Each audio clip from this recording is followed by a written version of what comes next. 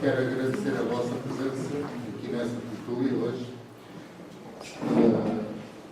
Como tem vindo sendo hábito, ao longo dos meses temos organizado várias tertúlias e hoje estamos aqui na presa para falar sobre alguns aspectos que vamos ver aqui no desenvolvimento da nossa terra. Como oradores temos aqui Nelson Reverendo, que é auxiliar da ação educativa, é o presidente da União Desportiva da Presa e é membro integrante dos gaiteiros da Presa.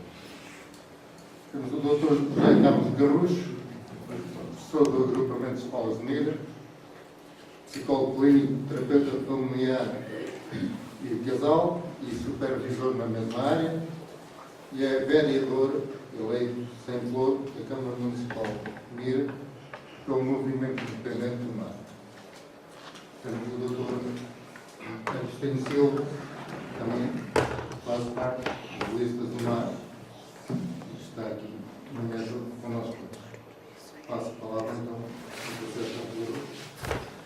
Muito boa noite, muito obrigado pela vossa presença. Em nome dos eleitos do Mar, que organizam estas tertúlias.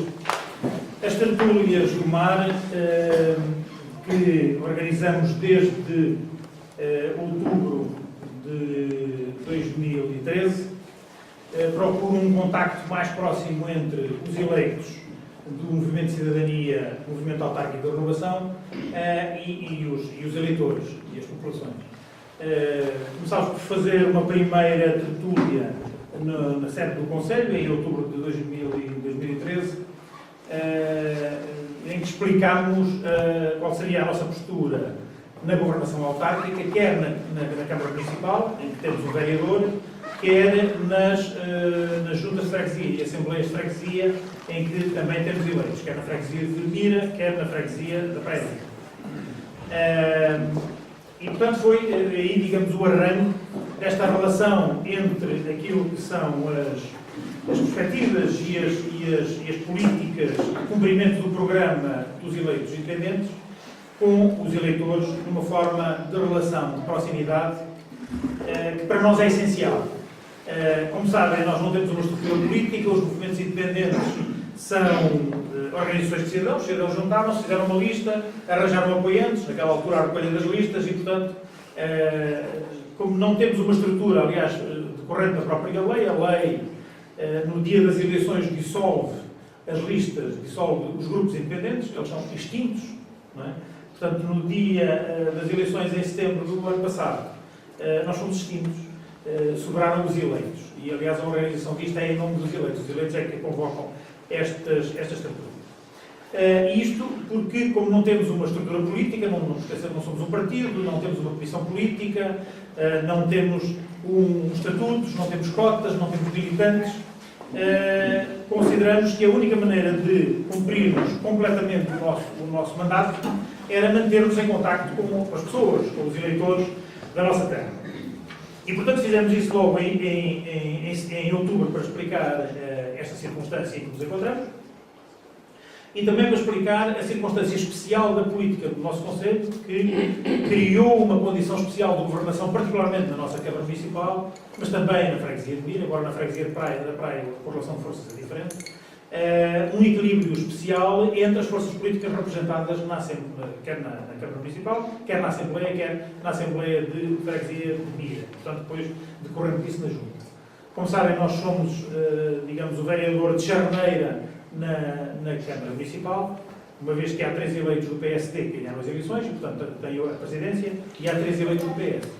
E, portanto, nós temos aqui uma principal preocupação e também responsabilidade no desempate das votações, no equilíbrio da relação de forças, mas também na organização das boas decisões que o Executivo Municipal tem que ter. E, portanto, o Executivo Municipal não tem condições, os 3 vereadores, o Presidente e os 2 vereadores não têm todas as condições políticas para tomarem as decisões sem diálogo, sem negociação, e por essa razão abriu-se um canal de diálogo entre nós e o PSD, para irmos podendo debater os assuntos que vão à direção, os assuntos que interessam diretamente ao Conselho, e nas grandes linhas em que há diferença, nós temos lá estado. E temos estado a fazer, de facto, a diferença. As outras duas forças têm uma oposição tradicional e, portanto, faziam aqui alternância no poder, sendo que, quando um estava, tinha sempre maioria absoluta e, portanto, não precisavam dialogar com os outros. Neste momento, o diálogo acontece, e acontece de forma mais frequente connosco, mas também nós sabemos que existe diálogo entre o próprio PS e o PSD. E, portanto, a condição política em Mira está naturalmente diferente de todos os outros mandatos anteriores, porque nós, enquanto terceira força, alteramos este modo, o modo de fazer política e o modo de olhar para os problemas. Mas isto obriga-nos, de facto, a dialogar com as pessoas. E obriga-nos também a forçar o Executivo a que muitas das decisões que podiam ser feitas, digamos, no negócio, na conversa, no diálogo, entre os eleitos ao nível do Executivo ou ao nível da Assembleia, entre os líderes políticos, digamos assim, ou os atores políticos, nós exigimos que elas passem a ser também feitas diretamente com as pessoas. E se os partidos têm esses mecanismos de o poderem fazer, com os seus militantes, nós exigimos que o diálogo e a informação do Executivo e da Assembleia para a população seja mais intenso. Nomeadamente nas questões do orçamento participativo fizemos isso, mas noutros, e comprometemos nós próprios a fazer este diálogo com as comunidades e, sobretudo, através das associações. Em dezembro estivemos no centro, em dezembro do ano passado estivemos no Centro Cultural na Praia de Mira, estivemos lá como orador o professor engenheiro Pedro Bing, a falar de urbanismo, especulação imobiliária e desenvolvimento local. Em dezembro falámos sobre gastronomia, um dos aspectos do desenvolvimento do nosso Conselho, os valores culturais e as tradições, particularmente ligados à gastronomia, em que tivemos o gandarês e chefe Luís Lavrador, que nos organizou, além do excelente debate, de excelente conversa sobre os nossos valores patrimoniais ao nível gastronómico, também nos brindou com um menu natalício feito com as riquezas da nossa terra. E a direção da cozinha, porque tivemos o jantar, a direção da cozinha foi organizada por ele. Isto foi no Seixo, e de facto foi muito participado, e portanto trabalhámos ali muitos dos aspectos da promoção daquilo que são os nossos valores, são os nossos recursos, e de como é que isso se traduz em termos de riqueza, ou na produção de riqueza para as famílias que estejam ligadas quer à restauração, quer à produção dos bens agrícolas essenciais para a constituição dos pratos típicos da nossa terra. Em janeiro estivemos nos Carapelhos e tivemos como oradores nos Carapelhos o Presidente da Junta, também eleito por um movimento independente, Gabriel Pinho, mas também é um homem ligado ao associativismo e que nos deu uma ideia de como a história daquela freguesia e o desenvolvimento daquela terra, da freguesia dos Carapelhos, que inclui também, como sabem, o Corticeiro de Baixo, como é que aquelas aldeias se transformaram em freguesia e como é que aquela freguesia se desenvolveu a partir da organização das estruturas associativas que eles promoveram. E que ainda hoje têm algumas das melhores associações, das associações mais pujantes, mais ativas da nossa terra. Foi também orador o Fábio Ventura, que é o presidente da confraria, aliás, a única associação do tipo de confraria que temos no Conselho, e que promove um bem especial da nossa terra, que é também a gastronomia, mas apoiada na produção agrícola, que é intensiva, como sabem, aqui na nossa freguesia do Oeste, com a produção dos grelos, dos nabos, portanto, das hortícolas, que têm levado os sabores de Mira, mas também o nome de Mira muito longe. Os grelos de Mira são conhecidos pelo país fora. E os mestres ligados à gastronomia referem-nos como uns elementos muito importantes da qualidade dos bens agrícolas. E, portanto, foi aí que estivemos em janeiro. Em fevereiro, já próximo do Carnaval, visitámos uma associação e uma comunidade, que é a Lagoa, já na nossa freguesia de Mira, onde fomos tratar de valorizar uma vertente muito importante das nossas tradições, que são os Caretos da Lagoa e a Associação Lagonense, que mantém vivo aquele espírito irreverente próprio dos Caretos, mas também a tradição e a história que desagua naquela tradição, porque aquela tradição, segundo o nosso parecer, mas não apenas nosso, está muito ligada às tradições pré-cristãs e pagãs e celtas da nossa terra, e tem, portanto, um valor, do ponto de vista da organização social e da representação comunitária, um valor muito, muito alto. Aliás, precisamos de o valorizar mais, porque é um elemento de cartaz que pode passar a trazer muitas pessoas a Mira para fruírem e visitarem estas atividades. Como também os Caracos da Lagoa têm levado o nome de Mira a muitos sítios, desafiando as pessoas a vir à nossa terra. É preciso ver que os Caracos da Lagoa estão representados em praticamente tudo o que são os eventos da Máscara Ibérica e, portanto, têm um valor etnográfico e um valor de representação cultural muito, muito alto. E é um valor que muitas vezes nós não prestamos atenção. E a tertulia serviu exatamente, por um lado, para descodificar os símbolos que estão ali presentes, tudo aquilo que eles usam nos seus rituais, nas suas formas de irreverentes de mostrar o Carnaval e o intrude, particularmente o intrude, que é mais a nossa tradição. O Carnaval depois tem outras significações. Mas fizemos isso e, portanto, foi uma noite também muito, muito participada e muito envolvida. Em março estivemos na Praia de Mira, fizemos uma tertúlia em que tivemos convidada a vice-reitora da Universidade de Coimbra, Helena Freitas, que é uma das maiores investigadoras na área florestal, e exatamente para tratar do tema floresta e desenvolvimento. Uma área importante da nossa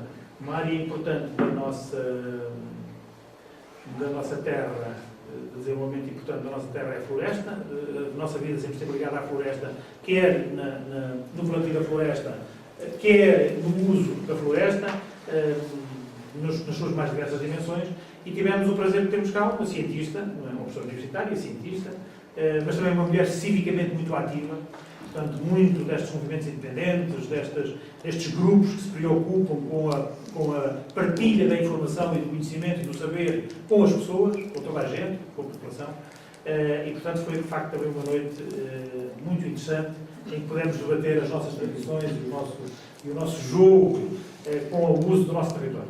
No mês passado, estivemos no Casal de São Tomé, porque, entretanto, na ordem da agenda política de Mira, o orçamento participativo, que é um dos aspectos muito caros à nossa sensibilidade, estava na ordem da agenda política. Era preciso fazer avançar o regulamento do orçamento participativo na Câmara Municipal, era preciso debater o próprio estatuto, as próprias regras do regulamento do orçamento participativo e, portanto, fomos debater isso com uma associação que tem a experiência deste trabalho. Eles tinham feito, para além da manutenção e do uso dos bens comunitários que eles fazem, nomeadamente o Parque de Lazer do Casal é gerido por eles e é mantido por eles, manutenção das árvores, o alinhamento das valas, a retirada dos jacintos. Eles fazem, são eles na prática que substituem, pelo menos em grande parte, na manutenção do cotidiano, substituem-se à própria Câmara Municipal, embora depois, quando são obras maiores, a Câmara Municipal é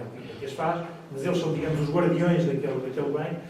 Mas tinham feito, durante os 2 anos anteriores, uma experiência que foi a construção da Casa das Eséquias, uma casa mortuária, para velar os defuntos na sua terra. Era uma das terras do nosso concelho que não tinha, e eles queriam, o povo daquela terra queria muito ter ali uma Casa das Eséquias. E construíram-na de uma maneira interessante do ponto de vista do método, porque eles foram muito à frente daquilo que é a tradição destas construções, embora estas construções sejam feitas normalmente pela Câmara Municipal. A Câmara Municipal dirige as obras e, portanto, vai indo ali à frente. Eles fizeram ao contrário, fizeram o projeto, o terreno é municipal, o espaço é público, é municipal. Eles avançaram, comunicaram à Câmara que tinham o projeto e comunicaram à Câmara que iam fazer.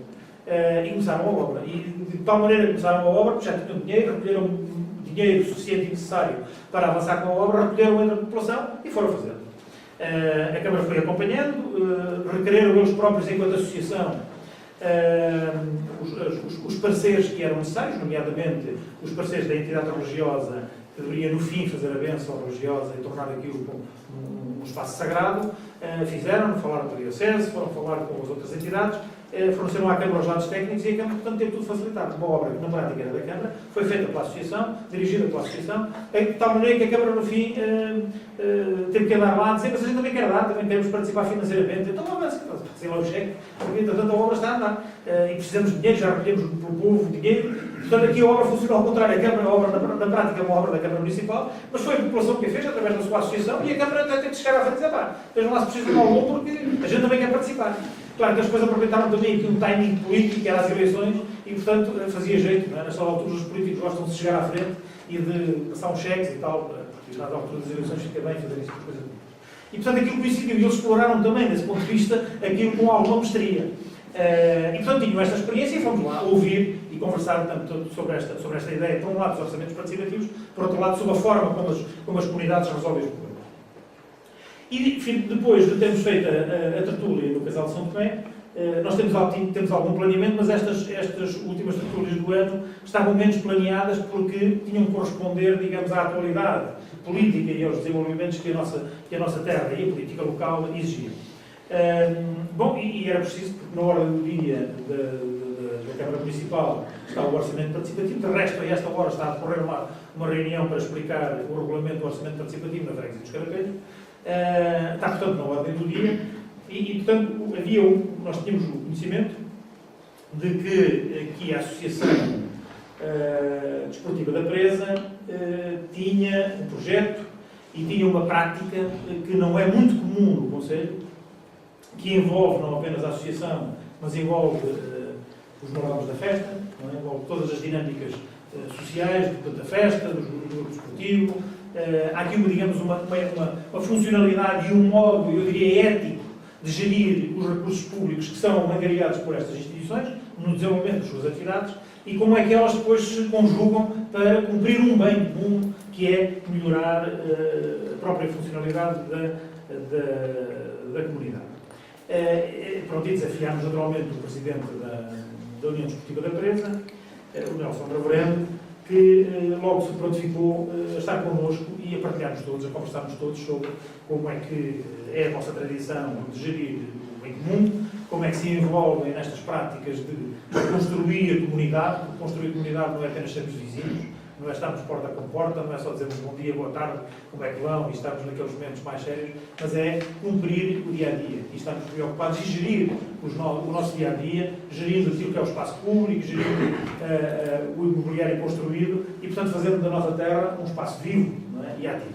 E, portanto, nesse sentido, viemos aqui e desafiámos as pessoas daqui da presa, nomeadamente o Nelson, que vai fazer o favor de nos dar um bocadinho a ideia de como é que funcionam tradicionalmente aqui, como é que se organizam e como é que decorrem, e parece que há projetos que estão para avançar e que no âmbito do orçamento participativo podem também ser contemplados, no âmbito deste regulamento ou do próximo regulamento. Como também podem, mesmo que não sejam submetidos ao próprio orçamento participativo enquanto método oficial, podem sempre funcionar segundo o mesmo método, não é? Ou seja, as comunidades arranjam recursos e lançam-se nas obras e a Câmara Municipal fornece o know-how, fornece acompanhamento e fornece também alguns meios financeiros para que as obras possam ser cumpridas. Porque isto tem uma enorme vantagem. Por um lado, reduz o esforço financeiro da autarquia, otimizando o pouco dinheiro que o nosso Conselho tem, porque nós não somos um Conselho rico, somos um Conselho com relativamente poucas pessoas e, portanto, com recursos financeiros escassos. E, portanto, rentabilizar, aumentar a eficácia desse orçamento é a nossa intenção. Por outro lado, ainda tem a vantagem de que, quando as coisas são feitas, são sentidas pelas populações, pelas comunidades, pelas pessoas, como sendo delas, e não da Câmara Municipal. Isto é nosso, como nós fizemos. Embora esteja em propriedade, em espaço público, embora a propriedade legal até possa ser da Câmara, mas é nosso, como nós fizemos. E, portanto, cuidamos das coisas de outra maneira, porque sentimos que elas são nossas, que participamos, que nos esforçamos para que elas acontecessem e queremos que elas se mantenham em boa qualidade, mantidas. Portanto, reduzimos o vandalismo, reduzimos a destruição e o descuido, o desmazelo, reduzimos extraordinariamente, porque as coisas passam a ter um outro valor. E isso é o mais importante. Nesse sentido, eu ia dar a palavra e desafiar o Nelson para partilhar connosco esta vossa experiência para que todos possamos depois conversar um pouco, depois haverá um diálogo, para depois todos conversarmos um pouco sobre isto.